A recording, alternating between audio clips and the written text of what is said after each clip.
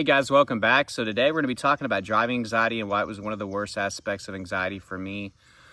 This was definitely going on when I had my panic disorder, when I had really bad heart anxiety and health anxiety, fearing heart attacks, strokes, seizures, aneurysms, all that fun stuff, sudden death. And that really translated horribly, but perfectly at the same time to driving, and it really fueled my driving anxiety. So I wrote down 8 things here that I think best summarize why this was a nightmare for me. You could argue there could be more, or I could have broken this down into 20 things, but I think I'll do a decent job at summarizing the biggest concerns for me, or at least what made this bad for me in these 8 things. If something pops up in my head along the way, I'll add it to this list. Question of the day, guys. I want you to go down below, and we're going to stick to the subject of the video. What was your first go-to thing that helped you, or gave you comfort at least when you would have an anxiety attack or a panic attack in the car? What was the first go-to thing that helped you? It could be drinking cold water, phoning a friend, pulling over, breath work, self-comfort, anything. What was your go-to thing when you noticed an anxiety attack or panic attack coming along or coming on, or it had already hit? Okay. So the first thing that made this really bad, driving anxiety, I'm just going to name the obvious: panic attacks. That's the most extreme version of anxiety that you can have. That's when adrenaline is just flooding your body. It's one thing to have a panic attack when you're walking around, you have open space, you can pace, you can do whatever you want. It's another thing to be either driving or being a passenger in a car. And I think what makes it really rough is that there's like this control aspect of it, or lack of control. You know, we have anxiety, it's not the only reason we have anxiety, but a lot of us that have anxiety, we have issues with control, and probably had existing issues of control before we developed driving anxiety. There's an element of control that we don't have, even if we're driving. We're trying to get somewhere on time, whether that be work or an event, or we have errands we have to run. We have to abide by the laws of the road, traffic laws. We have a speed limit. There are lights, there are stop signs. You know, there are things that we really can't control. Sure, we can pull over, but then you become a passenger. That process gets complicated, and we'll talk about that. So another reason I think that we have panic attacks in a car, it could just be because you had one bad experience and then you developed an association. And for most of us, this is how it really becomes a problem. You know, I developed my heart anxiety, developed panic disorder. It was only going to be a matter of time before, you know, I was driving and then I was going to have a panic attack in the car. And then I responded horribly and fearfully. I did all the wrong things. I freaked out. I told myself that I was dying of a heart attack in the car. And then sure enough, the next time I got into a car, my vitals would go up, my heart rate would go up, blood pressure, chest would tighten up, and bam, I'm having another panic attack. So if you're having panic attacks in the car, your subconscious is trying to protect you. It's trying to tell you driving's bad, driving's dangerous. You need to stop, you need to pull over, or you need to avoid that situation that requires us to get into a vehicle or to be a passenger or whatever. So that's what's happening. And I guess for many of you, you probably already knew that. But for some of you, you are just getting into this, or you just started having panic attacks in the car and you don't understand how this process works. Once we have a really bad situation in the car, a panic attack, usually we handle that situation badly. Your subconscious, it's almost as if you traumatize yourself with your fearful responses. Oh my God, I'm dying, I'm going to get in a wreck, I got to pull over. Then the subconscious is going to do everything in its power to protect you from either getting in a car or continuing in a car. And then we add in another factor, anticipatory anxiety. Now we're anticipating having panic attacks in the car, and we're worrying about it. So then we're getting into the car like a loaded gun. So a panic attack for me, I'd drive. I could usually last in the car 2-3 minutes or a few miles or something like that. But after that, I got antsy. My chest would start to tighten up. So I'm over here rubbing my chest, you know, got that red mark going like always on my sternum. You know, I'm checking to see what my pulse is. Not sure why I continue to do that. It never gave me comfort. You know, either it's going to trigger you or it's going to give you comfort. very rarely did it ever give me comfort. It usually always freaked me out, unless it was first thing in the morning. Sometimes I could get up and see that it was in its 60s or 70s, so it made me feel half-assed normal or healthy, I guess, and gave me a tiny bit of acceptance, you know. But shortly after that, it'd go up. Or I'd check in and it'd be a little bit lower, and then by the time I got done checking for a minute, it was already in the hundreds. So that's how fast it could happen. So I'm checking my heart rate, rubbing my chest, massaging my face. I'd be gripping the steering wheel as hard as I could. I'd probably be driving a little faster than I should drive. My chest would tighten up. I'd start to sweat. I'd get hot flashes or flushes. Left arm pain in particular, you know, numbness, tingling, you know, heart rate shooting up, 130, 140, 150, possibly higher. I could feel my blood pressure going up. I could feel my blood pressure in my face and my eyes. When my blood pressure would get really bad, I could feel it behind my eyes. It's almost like it felt like my eyes were wanting to bulge or something. But I would have that. My stomach would start churning. I'd feel like I needed to have diarrhea, but of course, you know, I can't pull over and use the bathroom. I'm in the middle of nowhere if I was driving on that 45-minute commute to work.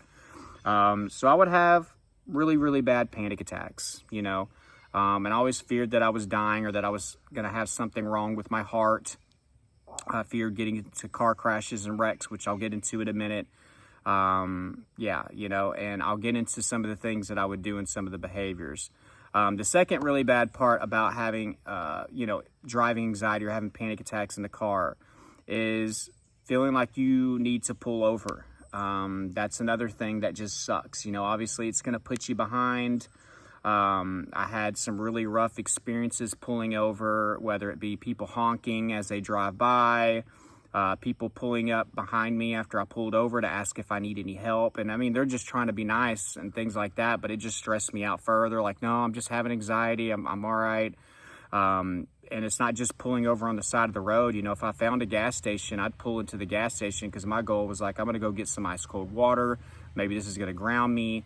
You know, so I'm walking into the gas station trying to get something for myself. I'm waiting, and then I get stuck in line and my anxiety is getting even worse. I get to the cashier and I'm shaking. I would be shaking like this when I would have really bad anxiety attacks or panic attacks, of course. I'm putting that down. I'm barely getting my debit card into the freaking card reader, and then, you know, the cashiers look at me all crazy. That happened a bunch of times where I'm shaking. I could barely get my card to work. So having to pull over for a lot of different reasons, you know, nosy people are having to go, you know, into a gas station and deal with that. I guess we're going to have some mowing going on, so hopefully it doesn't disturb you guys. And obviously it putting you behind and you feeling like you're late. Number 3, worrying about an ambulance not getting to you. This is another really big one for me, especially when I started driving longer distances, or if I had to go anywhere with friends or family or something like that. Whenever I worked up the courage to do it, you know, if there was a long distance in between destinations, you know, that didn't have a town or anything like that, I worried about like an ambulance not being able to make it to me. So that was a really, really big deal, a really big fear of mine. You know, I was just scared of having heart attacks, so I just thought the ambulance wouldn't get to me in time. Number 4, worrying about getting in an accident, you know, hurting myself was a big fear. I worried about fainting or having a heart attack on the way to work, especially in these rural areas where there weren't a lot of towns and a lot of traffic, especially at the hours that I was driving, early in the morning especially. I was afraid that I was going to pass out, go off the road, hit some trees, or hit a pole, and either die or get injured and not get help fast enough, or nobody's going to discover me fast enough. And as far as like dying in the accident, I was just really, really afraid that people would think I was reckless or suicidal or something, or I was texting and driving or something, because why would a 21-year-old need an autopsy to check out, you know, him having a heart attack, right? He looks healthy, he should, you know, and my body's all torn up. It's going to be obvious, well, you died because you got in a car accident, not because you had a heart attack. So I worried about, you know, there actually being something wrong with me, me having a medical emergency, and then them labeling it as like, dang, that just sucks. Trey just fell asleep, or he didn't pay attention, or he was texting. No, I freaking had a heart attack. I was right all along. Number 5, worrying about harming someone else. You know, I'll piggyback off that last question. That was an even bigger fear. I was the type of person, whenever I was having anxiety and panic attacks, if I saw somebody coming down the road, especially if it was a windy road like that, I would slow down half the speed limit and I'd hug the right shoulder. And this is sad, but I would do this in case I fainted or passed out. And, you know, and I didn't want to hit this person, because for all the reasons that I mentioned for number 4, worrying about getting in an accident and hurt myself, I worried that if I hurt somebody else and possibly took somebody's life away, or multiple people's lives away, they're going to think that I fell asleep, I was reckless, irresponsible, texting. Why would they think that a 21-year-old had a heart attack? Or anything, any medical emergency, when I didn't have any previous existing issues, or even issues with seizures or anything like that. Seizures is another thing that I worried about in the car. So I really worried about hurting other people on accident, you know, from passing out or fainting or having a heart attack or having a medical emergency. That scared the crap out of me. Number 6, being late to work or anything. I mentioned pulling over puts us behind. Being late to work, that happened a lot. Luckily, you know, whenever I had a really good job, I could get away with that if I was a few minutes late, unless we were doing a big shoe launch. I'll never forget, one day we had to do a big Jordan launch, and for these Jordan launches, guys, they take that stuff seriously.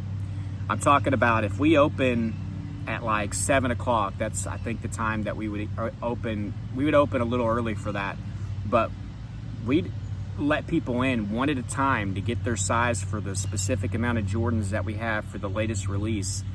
And there'd be people that were camping out all night in front of that store, even in small towns, to get their spot in line. So I'll never forget the day that I showed up like 45 minutes late, dude, and all the evil looks that I got from the people in line, and then the mumbling under the breath, and then like you know, some people were just like cussing at me and stuff like that, you know, under their breath or whatever, as I'm over there just like fumbling in a panic mode, fumbling with the keys, shaking, trying to open up the door. And it's like, great, I just had a panic attack this entire way. I was late, had to pull over, was stressed out, thought I was dying, still thinking I might die.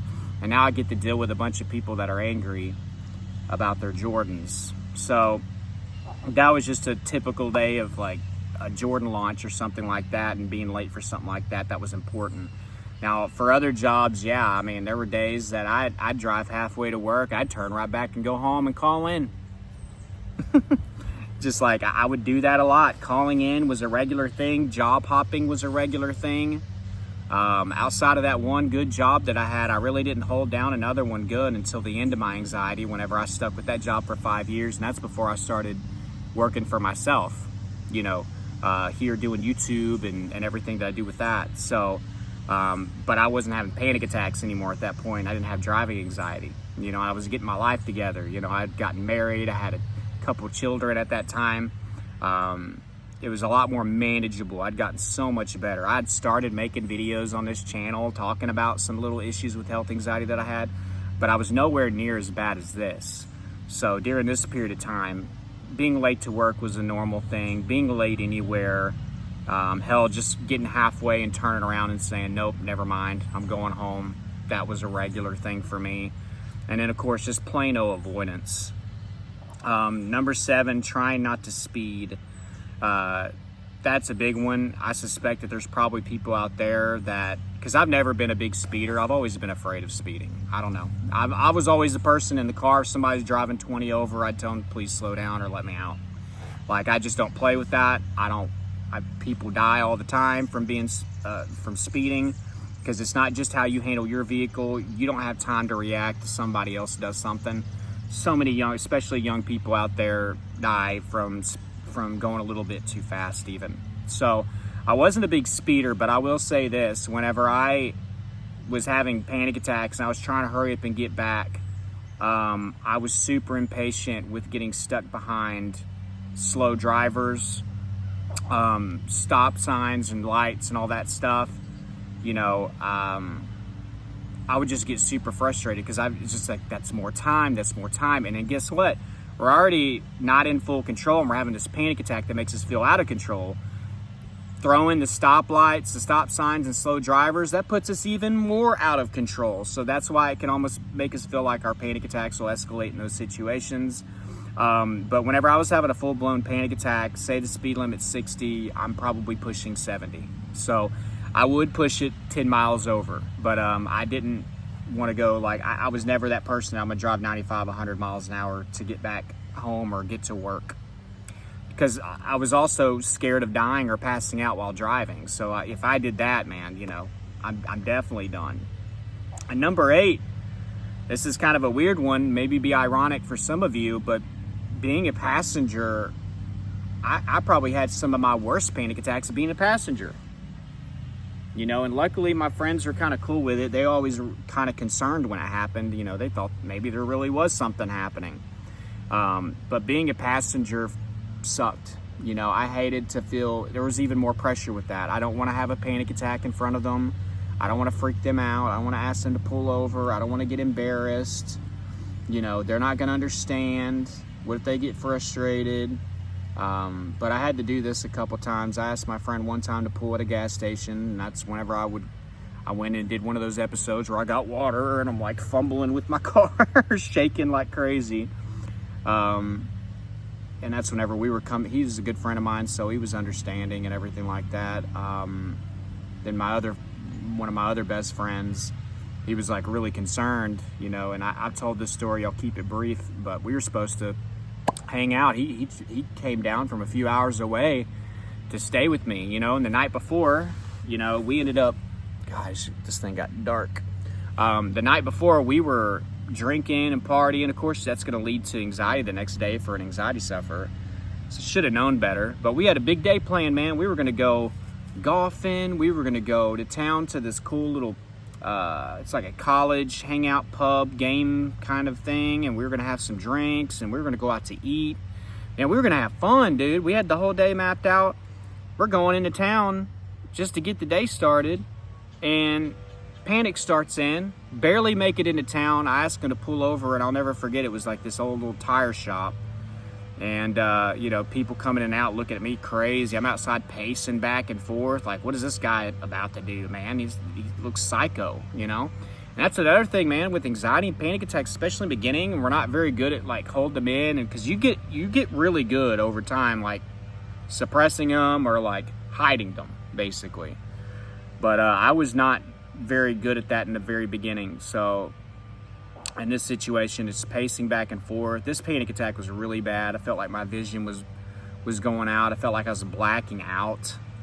And my friend was just like, dude, you okay? Do we need to go somewhere to get checked out? I was just like, and I had already been through a lot of these at this point. I was just like, no, because there's part of me is like, I almost would rather die than like have the day take a turn to where you have to spend it with me at the hospital. It's already bad, and I can already tell we're not going to get to do a lot of the things that we were planning on doing. But I'm not about to make us go to the hospital. I'll just die here if an ambulance has to come get me, whatever. But I called my mom. I told her about the situation. You know, she reassured me again. She's like, Trey, you're okay. You're fine. All this stuff. Eventually, you know, I was able to get back in the car. I just told him, like, can we just go to the restaurant? I'm going to get me a beer and see if that helps. So we go to a restaurant, get me one of them big old fishbowl beers. And, you know, I'm drinking that, sipping that. Bam, another wave of adrenaline hits me. You know, usually I could drink a few drinks and then it would just go away, you know. But this day, for whatever reason, it wasn't.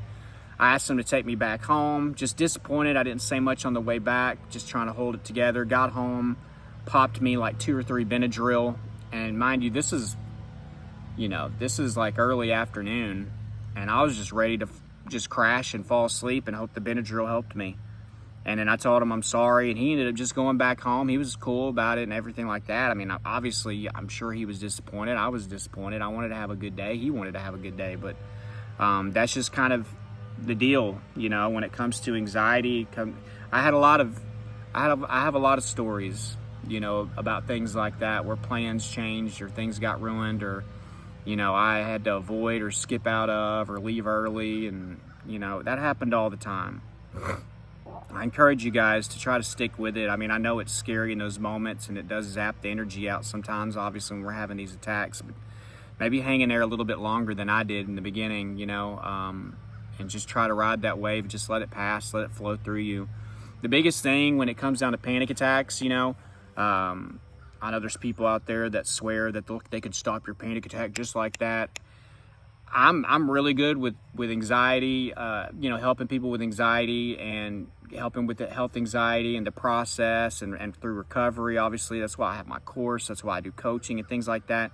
But guys, when it comes to panic attacks, to a degree, some of that has to run its course once the adrenaline drops. Once the adrenaline drops, you're going to feel squirrely, you know, for a little bit, at least a few minutes, man. You know what I mean? So trying to put a lid on that, trying to contain that, trying to control that, that's the biggest mistake. Trying to resist that, oh no, stop. Let it flow. Once that adrenaline drops, let it happen. Hell, there were days where I remember being on the edge of a panic attack all freaking day, like all day being on the back of my chair, leaning back too far and like, you know, almost being there all day, where now thinking back on it, like it would have been better off if I just had a 10-15 minute panic attack, let it run through me, let my heart do what it's going to do, let my body tense up a little bit, and then after just feel some of the fatigue and all that, and then just kind of move on with my day. But, you know, I was so afraid of these. I would just try to resist them, force them away, control them all the time. Let go of control. When you're in the car, loosen up your grip on the steering wheel. Slow down when you're driving. Okay, slow down. Maybe don't pull over as many times unless you really feel like you're, you know, a detriment to somebody else's safety. You know, don't feel like you have to stay on the phone with somebody or have a reassurance conversation the whole way there. Stop resisting it. Stop begging it to go away. Instead, say things that are going to build your confidence. We're safe because of XYZ. We're going to get to where we're going. I'm a good driver. I'm not dying. I've never died. I've never passed out. You know, I never need that ambulance to make it to me halfway. I've never needed to go to the hospital on my way here. I don't have any history of seizures, medical emergencies, heart attacks, none of that. I've been checked out a million times and all tell me the same thing. I'm healthy. I've been dealing with this with X amount of time. Some of you have been dealing with driving anxiety for years. Nothing bad ever happened. So you have to be able to remind yourself that, guys, whenever you're in a car too. And exposure is huge when it comes to driving anxiety. Start doing some non-pressured exposure trips. That'll help out a lot. You know, going to work is one thing. I mean, that's pressured. You kind of have to, right? Sometimes doing errands or going on a trip or something like that's more pressured, right? Take a lot more non-pressured trips. And at the end of it, treat yourself. Get you something to drink. Get you an ice cream cone. Buy you a t-shirt. You know, drive X amount of miles, X amount of time, and then every week, add to that, and be consistent with it. And don't expect exposure to be smooth. Don't expect, I'm trying to be brave and get in the car and do all this stuff, and then I still had a rough time. Yeah, you're going to have a rough time, especially the first few times when you do it. Okay? But build off that.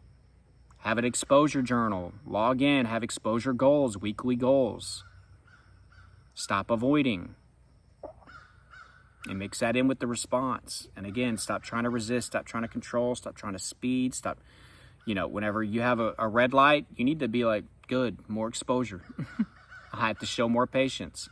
You get behind a slower driver, good. This is a stronger test for me.